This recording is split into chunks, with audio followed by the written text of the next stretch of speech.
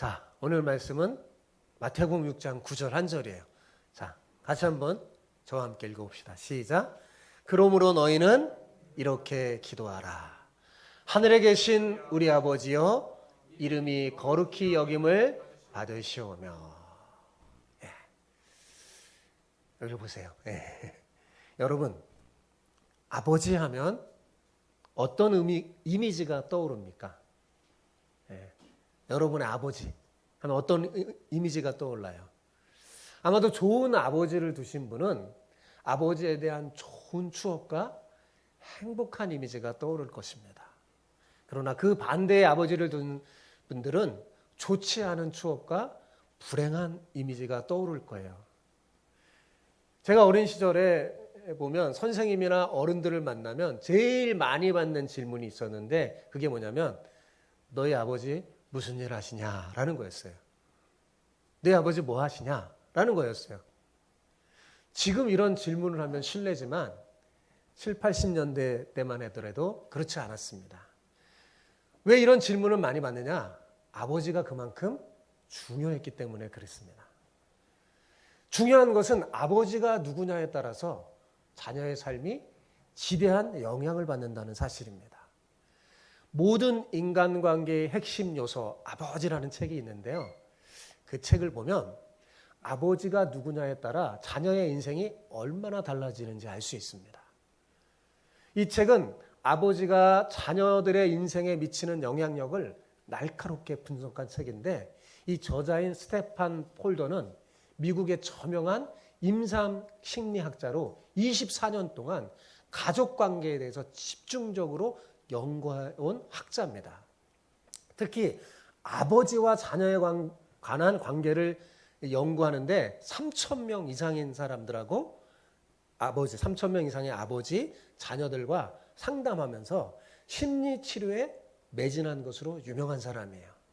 이 책은 그 연구 결과가 집약된 책입니다. 여기 이 책을 보면 여러 가지 유형의 아버지의 유형이 나와요. 아버지가 어떤 사람인지 여러 가지 유형을 살펴보면서 어떤 아버지를 두었냐에 따라 그 자녀들이 삶에 지대한 영향을 받는다는 사실을 아주 날카롭게 분석하고 있습니다. 여러분, 직책도 높고 돈도 많고 거기다가 성품도 훌륭한 아버지를 둔 사람은 정말 복받았다고 할 수 있겠지만 이런 아버지를 둔 사람은 사실 소수일 뿐 대다수 사람들은 지극히 평범한 아버지를 두었을 겁니다. 간혹 아주 악한 아버지를 두신 분도 있어요. 아버지를 우리가 선택할 수도 없고 그냥 주어진 건데 여러분 평범에도 미치지 못하는 만약에 악한 아버지를 둔 사람이 있다면 억울한 생각이 들 겁니다. 혹시 여러분 가운데 그런 억울한 기분을 가지는 분들이 있다면 오늘 말씀을 통해 위로받으시고 그 억울함을 푸시기 바랍니다. 왜냐하면 오늘 성경이 하나님이 여러분들의 아버지가 되신다는 사실을 알려주시니까요. 여러분, 하나님보다 더 좋은 분이 어디 계십니까? 아무리 좋은 육신의 아버지라도 한계가 있고 때론 자녀의 앞길을 막기도 합니다. 그러나 하나님은 한계가 없으시고 그분은 우리의 앞길을 환히 비춰주시는 분이에요. 예수님은 그 하나님이 바로 여러분들의 아버지라고 가르쳐 주십니다. 여러분, 우리가 이 6장, 마태복음 6장을 보면서 그 가운데 예수님이 가르쳐 준 주기도문을 살펴보는데 6장을 한번 읽어볼 때 아버지라는 단어를 한번 세어보세요. 얼마나 많이 나오는지. 예수님은 이 산상수훈의 설교 속에서 계속해서 우리에게 반복하여 가르쳐주는 거예요. 하나님이 너희 아버지다. 하나님이 너희 아버지다. 라는 것을 가르쳐주고 있습니다. 우리 오늘 옆 사람에게 이렇게 축복하며 인사합시다. 하나님을 아버지로 모신 당신은 참으로 복 있는 사람입니다. 이렇게 시작. 하나님을 아버지로 모신 당신은 참으로 복 있는 사람입니다. 여기 다 하나님을 아버지로 모셨죠? 하나님을 아버지로 모신 분들은 아멘 하시기 바랍니다. 여러분은 정말 복 있는 사람이에요. 여러분, 우리는 지금 기도에 대해서 배우고 있어요. 예. 기도에 대해서 배우면서 여러분 중요한 게 뭐냐면 여러분이 설교를 듣고 뭐를 해야 돼요? 기도를 해야 돼요. 하루도 빠짐없이 않고 기도로 하나님을 만나는 여러분 되시기 바랍니다. 그 즐거움을 여러분이 체험했으면 좋겠어요. 그런데 기도에서 정말 중요한 게 뭐냐면 내가 기도하는 대상이 어떤 분인지 알고 기도해야 한다는 것입니다. 그러므로 기도할 때 우리의 기도의 대상인 하나님이 어떤 분인지 아는 게 무엇보다 중요하죠. 그런데 놀랍게도 예수님은 우리의 기도의 대상인 하나님이 아버지라고 알려주십니다. 제일 먼저 하나님에 대해서 우리가 알아야 할 게 뭐예요? 그분이 누구시냐? 아버지라는 거예요. 아버지. 그래서 주기도문의 첫 문장은 하늘에 계신 우리 아버지여 라는 말입니다. 우리말 성경에 이렇게 되어 있지만 원래 헬라의 원문에 보면 첫 글자가 뭐냐? 아버지라는 뜻의 파테르입니다. 아버지요 하면서 뒤에 나오는 거예요. 하늘에 계신 우리. 그러니까 예수님께서 가르쳐 주신 주기도문에서 우리가 제일 먼저 만나는 단어가 뭐예요? 아버지입니다. 아버지. 예수님은 지금 이제 우리에게 기도를 가르쳐 주세요 하는 제자들에게 이제 기도를 가르쳐 줍니다. 너 이렇게 기도하라 하면서 제자들에게 기도할 때 그 기도의 대상인 하나님을 아버지라고 부르도록 가르쳤어요. 자, 너희들이 이제 하나님께 기도할 때 아버지여라고 아버지라고 부르면서 기도해라. 그렇게 가르쳐 준 거예요. 그런데 여러분, 우리는 하나님 아버지 부르니까 우리는 아무렇지도 않아요. 당연하지 이렇게 생각하는데 당시 유대인들의 사고와 문화 속에서는 이것은 말도 안 되는 가르침이었어요. 예수님 당시 이스라엘에서는 아무도 하나님을 아버지라고 부르는 사람이 없습니다. 전에 내려오는 모든 문서를 다 뒤지고 연구해도 하나님을 아버지라고 부른 사례가 없어요. 만약에 그렇게 하나님을 아버지라고 부른다면 신성 모독죄로 다루기 때문에 그 누구도 엄두를 내지 못했어요. 그런 면에서 예수님의 이 말씀은 제자들에게 아주 불경스럽게 들렸을 겁니다. 예수님은 이 땅에 오셔서 자꾸 하나님을 아버지라고 하셨어요. 그 말에 유대인들이 종교 지도자들이 뭘로 걸었어요? 무슨 제목으로요? 신성 모독죄로 걸었잖아요. 그러니 누가 하나님을 아버지라고 부르겠습니까? 아주 제자들도 이상하게 들렸을 거예요. 하나님을 아버지라고 부르라고? 아주 불경스럽게 들렸을 겁니다. 그들이 배워온 기도하고는 전혀 달랐기 때문입니다. 유대인들은요, 하나님을 아버지라고 부르기는커녕 하나님의 이름을 언급하는 것조차 그들에게는 허락되지 않았어요. 그들은 하나님의 이름을 부르기를 두려워해서 하나님을 이름을 부르지 않아요. 대신에 아도나이, 주님이라고 불렀습니다. 심지어 성경책을 읽을 때도 성경을 읽으면서 하나님의 이름, 하나님에 관한 존칭이 나오면 이들은 정신을 바짝 차리고, 심지어 어떤 사람은 정말 목욕을 재개하고 이 성경 사본을 쓰는 그 사람들은 붓을 다시 빨아서 이렇게 기록했어요. 그리고 하나님의 유대인들의 그 글자는 자음과 모음이 결합된 글자인데 하나님의 이름에는 다 모음을 제거해 버렸어요. 부르지 못하도록요. 모음이 없으니까 자음만 딱 기록한 거예요. 그 정도로 이들은 하나님의 이름을 감히 부르지 못하고 어떻게 아버지라고 부르겠습니까? 여러분, 하나님이 누구십니까? 천지 만물을 창조하시는 창조주시며 죽은 자도 살리시는 전능하신 분이잖아요. 하나님은 천사들도 그 앞에서는 얼굴이 가리지 않으면 감히 설 수 없는 거룩하신 분이에요. 그 하나님은 어떻게 아버지라고 부릅니까? 말도 안 되는 이야기죠. 그럼에도 불구하고 예수님은 지금 어떻게 해요? 하나님을 아버지라고 부르며 기도하라고 하니 놀라울 따름입니다. 우리는 안 놀라지만 제자들은 정말 깜짝 놀랐을 거예요. 사실 합법적으로 하나님을 아버지라고 부를 수 있는 사람은 딱 한 분이에요. 누굴까요? 예수님밖에 없어요. 그죠? 그분만이 영원 무궁토록 유일하신 하나님의 아들이시기 때문이에요. 그렇습니다. 그러나 여러분, 예수님 덕분에 우리 모두는 하나님을 아버지라고 부를 수 있는 권세를 받았어요. 이걸 자꾸 잊어버리는 것 같아요. 누구 덕분에요? 예수님 덕분에. 예수님이 아니었으면 이런 일이 없는데 예수님 덕분에 우리 모두는 하나님을 아버지라고 부를 수 있는 권세를 받았어요. 자, 그런 거 아닌가 한번 찾아볼까요? 요한복음 1장 12절을 보십시다. 같이 읽어봅시다. 시작. 영접하는 자, 곧 그 이름을 믿는 자들에게는 하나님의 자녀가 되는 권세를 주셨으니. 여러분 예수님을 영접했죠? 예. 예수님을 믿죠? 예. 그럼 무슨 권세가 있다고요? 하나님의 자녀가 되는 권세가 있어요. 그렇다면 하나님을 어떻게 부를 수 있다는 거예요? 자녀니까 아버지라고 부를 수 있는 권세가 있다는 거죠. 예수님을 믿는 우리는 예수님 덕분에 하나님을 아버지라고 마음대로 부를 수 있는 권세를 받은 사람입니다. 이 얼마나 큰 권세예요? 이 얼마나 큰 영광입니까?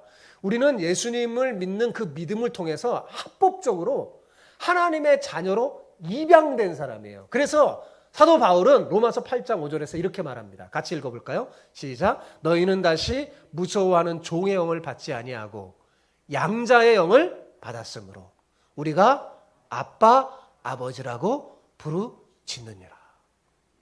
네. 따라서 우리는 합법적으로 하나님을 어떻게 불러요? 아빠, 아버지라고 부를 수 있어요. 이제는 더 이상 종이 아니에요. 하나님의 자녀죠. 자, 이렇게 하나님을 아빠, 아버지, 아버지라고 부를 때 그 속에는 여러 가지 뜻이 담겨져 있죠. 아버지신 하나님은 자녀가 위험에 처하지 않도록 어떻게 할까요? 보호해 주세요. 또한 자녀의 필요한 것들을 공급해 주십니다. 그리고 아버지이기 때문에 무엇보다 삶의 본을 보여주세요. 그래서 성경을 보면요, 하나님은 우리에게 너희 아버지의 자비로우신 같이 너희도 자비로운 자가 되라. 내가 거룩한 것처럼 너희도 거룩한 자가 되라. 라고 말씀합니다. 그러니까 하나님 아버지는 자녀인 우리가 어떻게 살아야 하는지 본을 보여주시는 분이죠. 그러니까 여러분 제가 그랬잖아요. 하나님이 명령하시거나 예수님이 뭔가를 명령하실 때는 그냥 하지 않고 뭐예요? 본을 보여주세요. 항상. 본인이 그렇게 사시고 하는 거예요. 내가 거룩하니 너희도 거룩하라. 하늘 아버지인 내가 자비로우니까 어떻게 해요? 자녀인 너희도 자비로워라. 이렇게 말하는 거예요. 이것이 하나님을 아버지라고 고백할 때 그 말 속에 담겨있는 다양한 의미라고 할 수 있습니다. 자, 아버지는 어떤 분입니까? 한 가정 전체를 책임지고 돌보는 분이잖아요. 그러기에 가족 중에 누가 아픈지 아는지, 누가 고통스러운지 아는지 늘 살필 수밖에 없습니다. 자녀들의 먹거리가 넉넉하게 있는지, 옷은 제대로 있는지, 잠자리가 불편하지 않는지 다 살핍니다. 예. 제 아버지도 잘 때 보면, 어린 시절에 보면 이불을 덮었느냐 항상 덮어주시고 그래요. 예. 잘 자는지 춥지 않은지 살펴주시는 거야, 가족을. 이처럼 아버지는 돌보는 것이 참 많습니다. 이것이 아버지인데 하나님이 우리에게 아버지라니 여러분 놀랍지 않습니까? 자, 그런데 여러분은 이 아버지를 자주 만나고 있습니까? 여러분은 과연 하나님을 아버지라고 부르면서 친밀한 교제를 나누고 계십니까? 여러분, 하나님을 아버지라고 부르면서 육신의 아버지보다 더 친밀하게 만나는 사람, 그 사람이 정말 복 있는 사람이에요. 여러분, 하나님이 아버지가 된다는, 나의 아버지가 된다는 사실보다 더 큰 은혜가 어디 있겠습니까? 어디 있겠습니까? 예. 여러분, 아버지하고 친해야 돼요. 여기 육신의 아버지하고는. 어떤 사람은 아버지하고 아주 친밀한 자녀가 있고 어떤 자녀는 친밀하지가 않아요. 그래서 몇 마디 말도 못 나눠요. 예. 어떤 자녀가 행복할까요? 아버지하고 친밀한 자녀가 행복한 거예요. 그런데 가장 완벽한 아버지, 하늘 아버지하고 친밀하면 얼마나 복이 있을까요? 자, 그런데 우리의 문제가 뭐예요? 하나님을 아버지라고 부르면서도 오늘날 감격이 없는 거예요. 감격이 없어요. 하나님을 아버지라고 부르는 게 얼마나 큰 복인지 너무 모르는 것 같아요. 우리는 무의식적으로 하나님을 아버지라고 부르지만 하나님을 아버지라고 부르는 그 자체가 얼마나 놀라운 은혜인지 잘 몰라요. 그래서 감격이 없습니다. 이것이 오늘날 믿는다고 하는 그리스도인의 문제예요. 비록 하나님을 아버지라고 부르니까, 부릅니다. 왜 부르냐면 교회에서 하나님 아버지라고 하니까, 또 다들 또 기도할 때 하나님 아버지 그러니까 따라서 아버지라고 부르기는 하지만 실제로 하나님이 내 아버지인지 잘 믿지 못해요. 실제적으로 믿지 못해서 감격이 없는 겁니다. 여러분, 이런 그리스도인의 삶에는 문제가 생길 수밖에 없어요. 여러분 생각해 보세요. 만약에 여러분의 자녀 중에 한 자녀가 여러분이 부모인 걸 믿지를 못하는 거예요. 혹시 내 엄마, 내 아빠가 아닐까? 그렇다면 어떻게 될까요? 그 자녀 정상적으로 살 수 있을까요? 문제가 생길 수밖에 없죠. 그렇죠? 옛날에 가끔 장난치기도 했잖아요. 다리 밑에서 주워왔다고. 너. 그거 정말 잘못된 농담인 것 같아요. 충격받아요. 내 엄마, 내 아버지가 아닌가. 그걸 의심하고 믿지 않으면 어떻게 살 수 있겠습니까? 여러분, 근데 그리스도인이 그렇다면 마찬가지죠. 자, 마태복음 6장 31절, 32절에서 예수님이 이렇게 말합니다. 같이 읽어봅시다. 시작. 그러므로 염려하여 이르기를 무엇을 먹을까, 무엇을 마실까, 무엇을 입을까 하지 말라. 이는 다 이방인들이 구하는 것이라. 너희 하늘 아버지께서 이 모든 것이 너희에게 있어야 할 줄을 아시느니라. 여러분, 이 말씀은 예수님이 정말 답답해서 하신 말씀이에요. 너무나 답답해서 하신 말씀이에요. 말하자면 이런 거예요. 야, 얘들아, 하나님이 너희 아버지신데 왜 이렇게 염려하니? 왜 이렇게 걱정하는 거야? 공중에 나는 새를 봐라. 들의 백합화를 봐라. 그들도 하나님이 입히시고 먹이는데 새들 걱정 안 하잖아요. 너 왜 걱정하느냐? 하물며 너희일까 보냐? 예수님 말씀하시잖아요. 여러분, 우리가 정말로 하나님을 내 아버지라고 믿는다면 먹고 사는 것에 대해서 염려하지 않아야 정상 아닙니까? 그죠? 하나님이 내 아버지신데 무슨 걱정과 염려가 있어요? 여러분, 빌 게이츠 자녀가 돈 걱정하겠습니까? 머스크 자녀가 돈이 없어서 먹을 거 막 걱정하겠어요? 걱정 안 하죠. 왜? 내 아버지가 빌 게이츠인데, 내 아버지가 머스크인데. 그런데요, 하나님이 빌 게이츠보다 못하나요? 머스크보다 못하나요? 우린 더 큰 부자예요, 여러분. 우린 더 대단한 사람들이잖아요. 그죠? 하나님이 내 아버지신데 무슨 걱정과 염려를 합니까? 하나님이 내 아버지이신 줄 믿고, 정말로 믿고, 더는 먹고 사는 것에 염려하지 않게 됐을 때 마음에 여유가 생기고 행복을 누릴 뿐만 아니라 그 다음에 주위를 돌아보게 돼요. 어려운 사람도 도울 수 있는 힘이 생깁니다.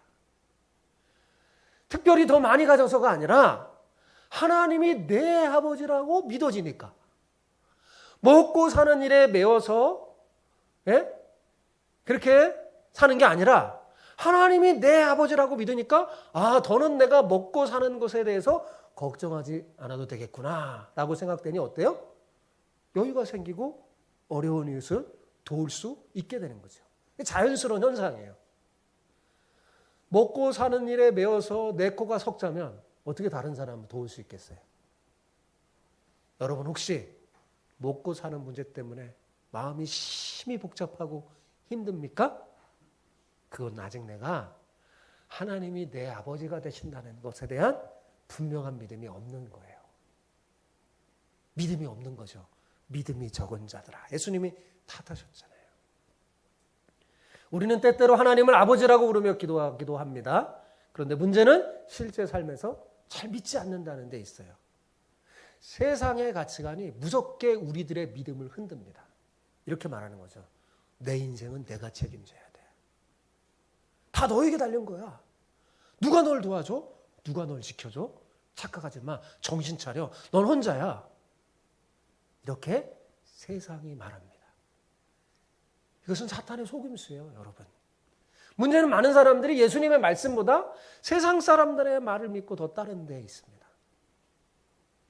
그래, 어차피 세상에서 나는 혼자야. 정신을 바짝 차리고 살아야지.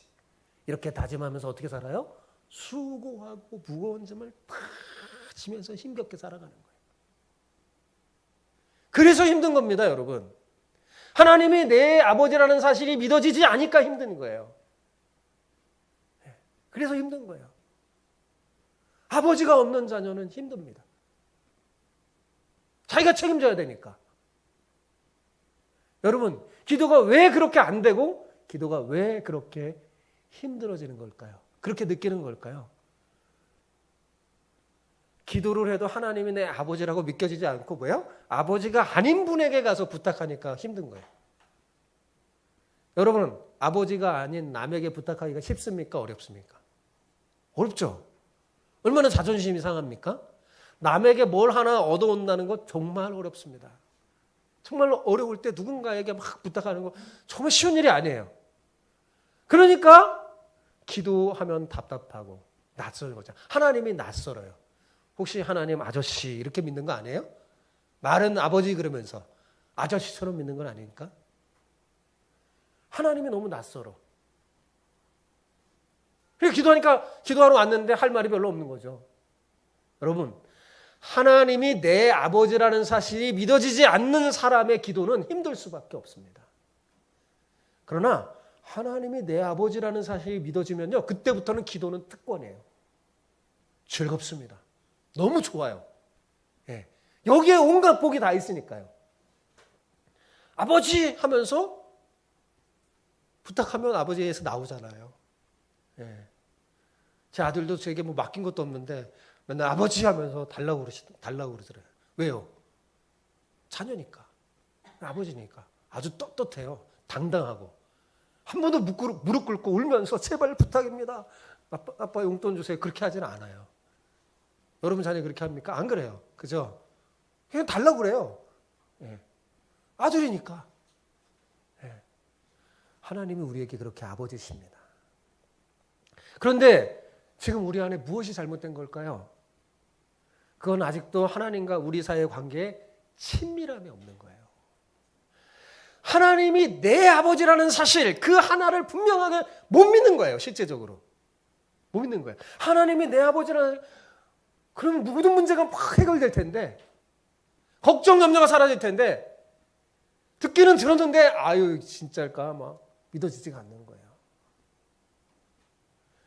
여러분, 하나님이 내 자신의 아버지라고 믿어지면 못할 게 뭐가 있겠습니까? 하나님이 내 아버지인데 이거보다 더 당당하고 더 풍성하고 더 좋은 게 어디 있어요? 이 세상에도 자기 아버지가 조금 대단하고, 예, 성품도 훌륭하고 가진 것도 많고 막 자랑하고 싶은 아버지면 어때요? 그 자녀들 당당하잖아요. 무슨 걱정입니까? 내 아버지가 어떤 분인데 이러잖아요. 그런데 여러분, 우리가 그래야 되잖아요. 내 아버지가 누구예요? 하늘에 계신 아버지잖아요.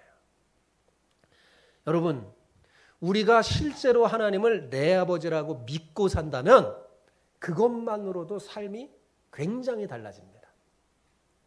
믿음을 가지고 하나님 아버지 그 한마디만 제대로 할 수만 있어도 내 삶이 든든해집니다. 정말 든든해져요. 예수님이 답답한 거예요. 야, 하나님이 너희 아버지야. 그럼 뭘 먹을까 입을까? 야, 다 알아. 하나님 다 알아. 아버지가 모르겠니? 다 알아, 다 알아. 걱정하지 마. 가르쳐주는 거예요. 그래서 기도를 가르쳐달라고? 그래, 제일 중요한 게 뭐냐? 하나님이 너 아버지야 라고 예수님이 가르쳐주는 거예요. 그래서 아버지 그렇게 부르면서 기도해. 예수님은 자기가 그렇게 기도해요. 늘 하나님 아버지라고 그러면서 아버지요. 그렇게 기도하잖아요, 하나님. 그런데 오늘 본문을 보면 하나님께서 아버지이긴 아버지인데 누구의 아버지라고 그랬습니까? 오늘 6장 9절에 누구의 아버지라고 그랬어요? 대답해 주세요. 누구의 아버지? 우리의 아버지라고 말씀합니다. 그죠? 하나님을 우리의 아버지라고 하는 말에는 어떤 의미가 있을까요? 여러분, 내 아버지가 내 아버지가 되고 내 아버지가 내 아버지가 된다면 우리의 관계는 어떤 관계일까요? 형제 자매죠. 그냥 이웃이 아니라 뭐예요? 형제 자매죠. 하나님을 아버지라고 부르는 사람들은 다 그러니까 뭐예요? 서로가 형제요, 자매입니다. 가족이죠. 네. 아버지는 형제 자매가 사이좋게 지내면서 사랑하는 걸 기뻐합니다. 그죠? 여기 아버지 되신 분, 자녀 많이 두신 분들 어때요? 그렇죠? 네. 부모님들은 다 자녀가 어떻게 해요? 서로 사이좋게 지내고 사랑하는 걸 좋아해요. 그런데 만약 형제 자매가 반목하고 막 미워하고 싸운다면 어떨까요? 너무너무 마음이 아프고 슬프고 행복하지가 않습니다. 예. 제가 아버지가 돼 보니까 그렇더라고요. 예. 철이 없던 저의 두 아들이 어렸을 때 막 서로 싸우고 막 그러면 얼마나 마음이 아픈지요. 근데 요즘은 좀 기뻐졌어요. 요즘은 서로 얼마나 사랑하는지. 그래서 행복해졌어요. 행복해졌어요. 아버지는 그래요. 예. 왜 그럴까요? 아버지는 형제 자매 중 누구 한 사람만 사랑하는 분이 아니라 뭐예요? 모두를 사랑하는 분이니까 그렇습니다. 자, 근데 이 말에는 놀라운 의미가 담겨져 있는 거예요, 여러분. 하나님을 우리 아버지라고 부를 때 여러분 살다 보면 어때요? 내 마음에 맞지 않는 미운 사람을 만나게 됩니까? 안 됩니까? 되죠. 교회 안에서도 그럴 수도 있어요. 누군가는 괜히 미워. 저 사람은 정말 나하고는 맞지가 않아. 미운 사람 만나게 돼요? 안 돼요? 되죠. 그죠? 네. 그럼 어떻게 해요? 여러분이 어떤 미운 사람 딱 있어요. 그런데 여러분이 하나님을 우리 아버지라고 부르는 순간 어때요? 부르는 순간 어때요? 우리가 하나님을 우리 아버지라고 말하면 어때요? 우리는 내 마음에 맞는 사람만이 아니라 내 마음에 맞지 않는 사람도 어떻게 해야 돼요? 품어야 돼요. 그죠? 그죠? 하나님 우리 아버지라고. 왜 그래요? 하나님은 나의 아버지일 뿐만 아니라 그 사람의 아버지이기도 되기 때문이죠. 하나님은 내 아버지시지만 저 사람의 아버지가 된다는 사실을 알면 우리가 정말 미워하는 사람, 내가 미워하는 그 사람을 하나님이 사랑한다는 사실 인정하기가 쉽지 않지만 하나님이 내 아버지시지만 저 사람의 아버지가 된다는 사실을 알면 풀려요. 모든 게 풀려요. 바리새인들이 한 번은 그랬죠. 성경에 보면 세리를 보고 하나님께 하나님 나는 저 세리와 같지 않은 것을 감사합니다 했는데 자 이것을 들은 하나님 아버지 마음이 어땠을까요? 엄청 아팠을 거예요. 바리새인의 이 기도는 하나님의 아버지 그 하늘 아버지의 가슴에 못 박는 행위예요. 그들에게는 우리 아버지라는 믿음이 없었던 거예요. 네. 이스라엘의 큰 잘못이 뭐냐면 자기 민족만의 하나님 이방인 구려냈어요. 근데 하나님은 뭐예요? 모든 민족의 하나님. 네. 그래서 마음 아픈 거죠. 자기만 사랑하고 자기 민족. 하나님 뭐예요? 아브라함을 통해서 온 세계 모든 민족의 아버지시죠. 여러분 이렇게 하나님을 우리 아버지라고 고백한다는 것은 그리 쉬운 일이 아닙니다. 하나님을 우리 아버지라고 말할 때 나의 삶의 방식과 다른 사람까지도 받아들일 수 있을 만큼 내 마음을 열어야 되기 때문에 그렇습니다. 내 마음에 맞지 않는 사람도 하나님의 자녀임을 인정할 수밖에 없어요.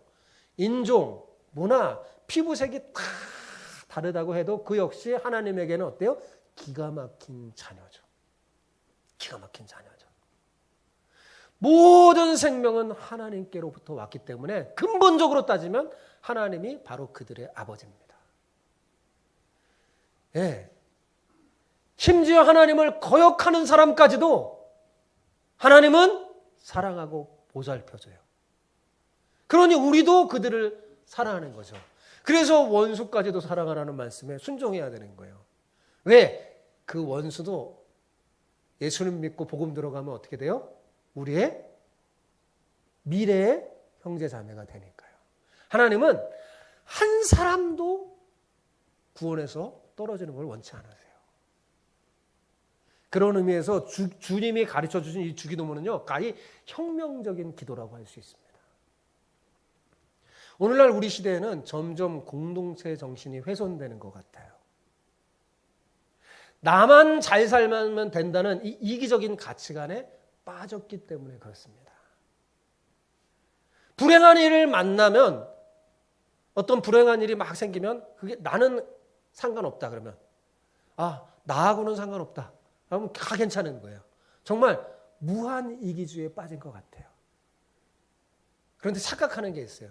누군가 불행해지면 결국 그 불행이 내 삶도 위태하게 한다는 사실을 모르는 겁니다.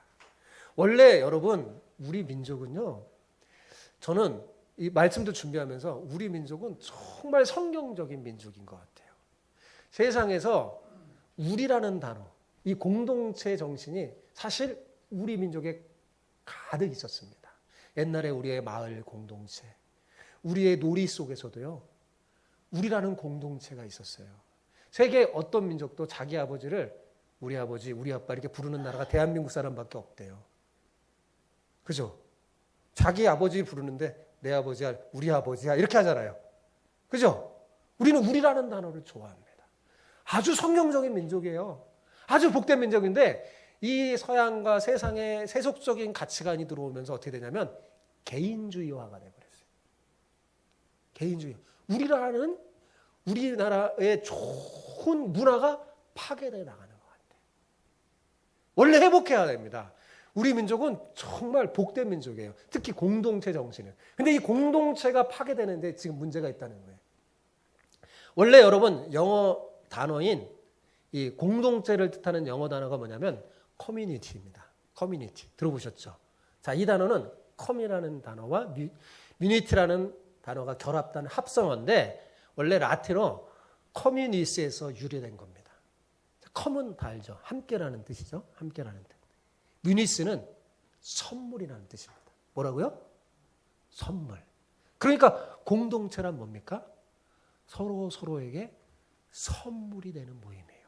우리 민족은 원래 이게 있었어요. 네. 그래서 우리 민족은 옆에 사람이 아프고 막 그러면 내 가족 혈육이 아니더라도 뭐요? 가더 줘요. 막 약도 사주고. 원래 우리 민족은 그랬어요. 네. 그리고 말 자체가 위라는 말을 굉장히 많이 쓰죠. 그죠? 우리. 예. 예. 사랑하는 성도 여러분, 교회가 바로 그런 공동체입니다. 주마음교회가 바로 이런 공동체죠. 여러분 모두가 존재 그 자체로 서로에게 선물이 되는 사람이 되기를 축복합니다. 공동체는 뭐예요? 선물이에요. 자기 존재 자체가 서로에게 선물이 되는 거예요. 그러므로 공동체를 회복하는 가장 중요한 게 뭐냐? 하나님을 우리의 아버지라고 고백하는 데서 비롯되는 겁니다. 하나님을 우리의 아버지라고 고백하는 순간 조금 모자라고 부족한 사람도 품는 거예요. 심지어 하나님을 모른다고 하는 사람도 품고 갈 수 있는 넓은 마음이 있어야 돼요. 그도 미래에 우리의 형제자매가 될 사람들이니까요. 자, 그런데 이 하나님, 우리 하나님이라고 말하는데 그 하나님 우리 아버지가 어디에 계신 아버지라고 오늘 본문이 말합니까? 어디요? 하늘에 계신 우리 아버지요. 그랬잖아요. 근데 이 표현이 많은 오해를 불러와요. 하늘에 계신다고 하니까 하나님은 전혀 우리와 딴 세상에서 사는 사람이라고 생각하는 거죠. 죽고 난 다음에 천국에서나 만나는 분. 이거 오해하는 거예요. 여러분 절대로 그렇지 않습니다. 예, 여기 성경에 말하는 하늘이라는 단어에 대한 오해 때문에 비롯되는 거예요. 여러분, 우리는 하늘 그러면 저 스카이만 생각하잖아요. 그죠? 스카이. 근데 오늘 성경에 쓰인 하늘이라는 단어는 우라노스라는 복수로 쓰였어요. 원래 정확하게 번역하면 뭘까요? 하늘들이에요. 하늘들. 보셨어요? 하늘들? 그러니까 우리가 매일 쳐다보는 저 하늘이 아니라는 거예요. 그다음 왜 복수로 기록됐을까요? 왜? 하늘에 계신 이렇게 말씀한 걸까요? 그것은 하나님은 시간과 공간을 초월하는 무소부지한 분이시기 때문에 그렇습니다. 어디에나 계시는 하나님은 우리가 사는 여기와 멀리 떨어져 있는 곳이 아니라 사실은 우리와 늘 가까이에 있는 분이에요. 우리가 있는 이곳에서 경험할 수 있는 분이에요. 하나님은 어떤 특정한 장소, 특정한 민족에만 매이는 분이 아닙니다. 하나님은 이 세상 모든 곳에 계시는 분이에요. 그런 의미에서 우리가 하나님을 만날 수 있는 장소는 어딜까요? 저 하늘에요? 어디에나입니다. 어디에나. 만약에 저 스카이라면 새들이 제일 하나님과 가깝겠죠? 네, 그렇지 않아요. 여기 하늘들이란 말은 뭐냐면 어디에나라는 거예요. 어디에나. 하나님은 시간과 공간을 초월하는 어디에나. 그리고 대조하면서 이렇게 말하는 거예요. 원래 이 모든 세상에 하나님과 함께 살았던데 우리가 하나님을 반역하고 하나님 죄를 지고 하나님의 통치를 벗어나 살아가는 이 땅과 비교하여서 그렇게 부른 거예요. 그래서 앞으로 살펴보겠지만 이 하늘의 뜻이 땅에서도 이루어지라 하면서 통합되는 기도를 하게 하는 거죠. 여러분, 중요한 건 뭐냐? 하나님은 아니 계신 곳이 없다는 거죠. 그죠? 그 말하는 거예요. 하나님은 특정한 장소에 있다고 말할 수 없습니다. 하나님은 지금 여기에 계시고 우리의 일상 속에서도 계십니다. 중요한 거는 뭐냐면 어디에나 계시는 이 하나님을 볼 수 있는 눈이 우리에게 있어야 되는 거예요. 꽃을 보고 구름을 보고 바다를 보고 자연을 보고도 하나님이 계시다는 걸 볼 수 있어야 돼요. 하나님은 어디에나 다 계시니까요. 자연을 통해서 우리 일상을 통해서 이웃의 고통과 눈물 속에서도 하나님을 볼 수 있어야 돼요. 근데 그 하나님이 뭐라고요? 우리의 아버지라는 거죠. 여러분, 하나님의 간절한 갈망 중에 하나가 뭐냐면 우리로부터 아버지라고 불림을 받고 싶어 하는 거예요. 하나님은 우리를 자녀 삼고 싶어 하는 거 기뻐하세요. 그래서 하나님이 우리에게 성령을 보내주셨는데 그 성령이 하는 중요한 일 중, 가장 중요한 일 중 하나가 뭐냐면 우리로 하나님을 아버지라고 부르게 하는 일이에요. 여러분 갈라디아서 4장 6절을 보세요. 같이 읽어봅시다. 시작. 너희가 아들임으로. 뭐라고요? 아들임으로. 예. 이게 딸임으로도 되는 거예요. 자녀님 다시 읽어봅시다. 시작. 너희가 아들임으로. 하나님이 그 아들의 영을 우리 마음 가운데 보내사 아빠, 아버지라 부르게 하셨느니라. 자, 여기 그 아들의 영이 뭘까요? 성령 하나님. 성령이에요. 자, 우리가 아들이라서 하나님이 누굴 보냈다고요? 성령을. 네. 성령을 우리 어디에 보냈어요? 마음 가운데 보냈어요. 그래서 뭐 하신다는 거예요? 우리로 하나님을 어떻게 부르라고요? 아빠, 아버지라고 부르게 하셨다는 거예요. 무슨 말이에요? 우리에게 오신 성령의 역사가 하나님을 우리로 하여금 아버지라고 부르게 한다는 것입니다. 그래서 여러분 성령 하나님이 아니고서는 하나님을 아버지라고 부르지 못하는 거예요. 그러니까 여러분이 하나님을 아버지라고 부른다는 것은 놀라운 일이에요. 네. 여러분이 택한 사람이라는 뜻이거든요. 네. 하나님은 그만큼 여러분이 아버지라고 부르는 걸 좋아하세요. 왜요? 가까워지고 싶은 거예요. 여러분하고. 여러분은 가까워지고 아버지의 특징이 뭐냐면 좋은 거 자꾸 주고 싶은 거예요. 자녀에게. 여러분에게 뭘 주고 싶은 거예요. 좋은 걸 주고 싶은 거예요. 네. 그래서 여러분이 아버지라고 부르면서 기도할 때 가장 좋아하시죠?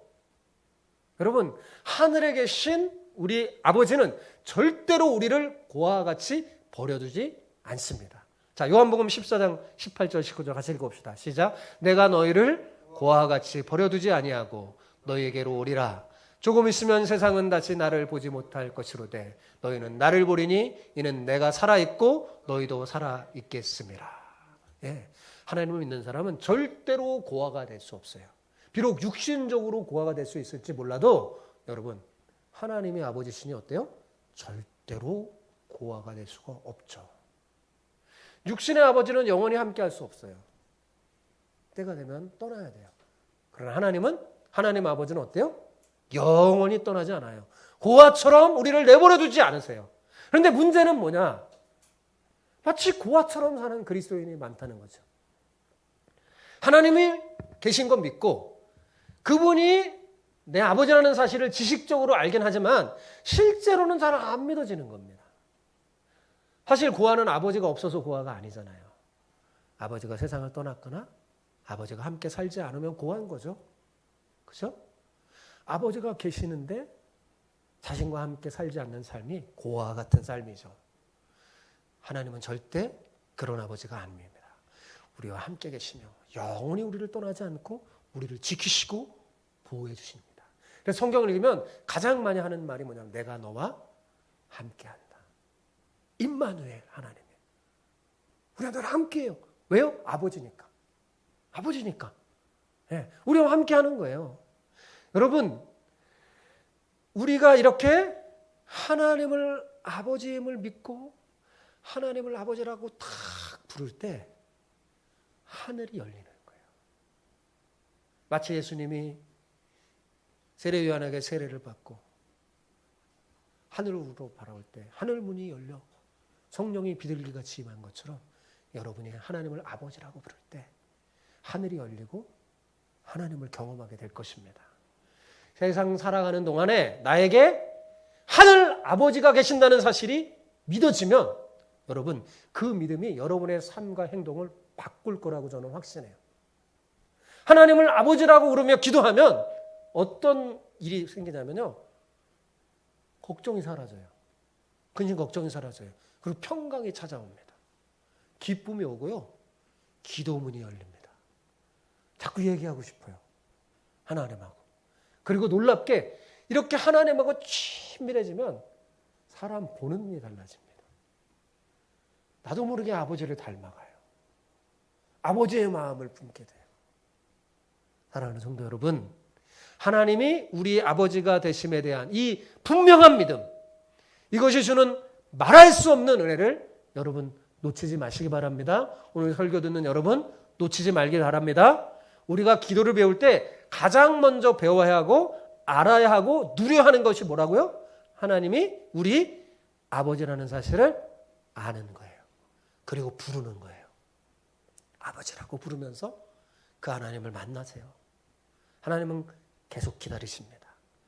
자, 그래서 하나님 하늘에 계신 우리 아버지요 라는 이 말은 우리의 모든 기도를 여는 열쇠와도 같습니다. 뭐하고 같다고요? 열쇠예요. 네, 황금 열쇠예요.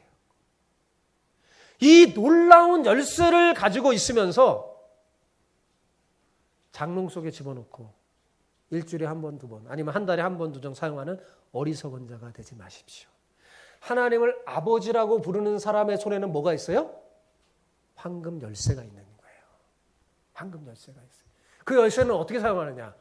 하늘에 계신 우리 아버지요 라고 부를 때 여러분의 손에 있는 거예요. 이 좋은 거를 매일 사용해야죠. 여러분, 한 주일에 한 번 정도, 한 달에 한두 번 정도가 아니라 매일매일 사용하는 여러분 되시기 바랍니다. 잊지 마세요. 하늘 아버지는 저와 여러분의 누구라고요? 아버지이십니다. 날마다 이 놀라운 열쇠를 사용해서 하나님을 아버지라고 부르면서 육신의 아버지보다 더 친밀하게 자주 만나는 놀라운 특권과 복을 마음껏 누리는 여러분 모두가 되기를 축복합니다. 네.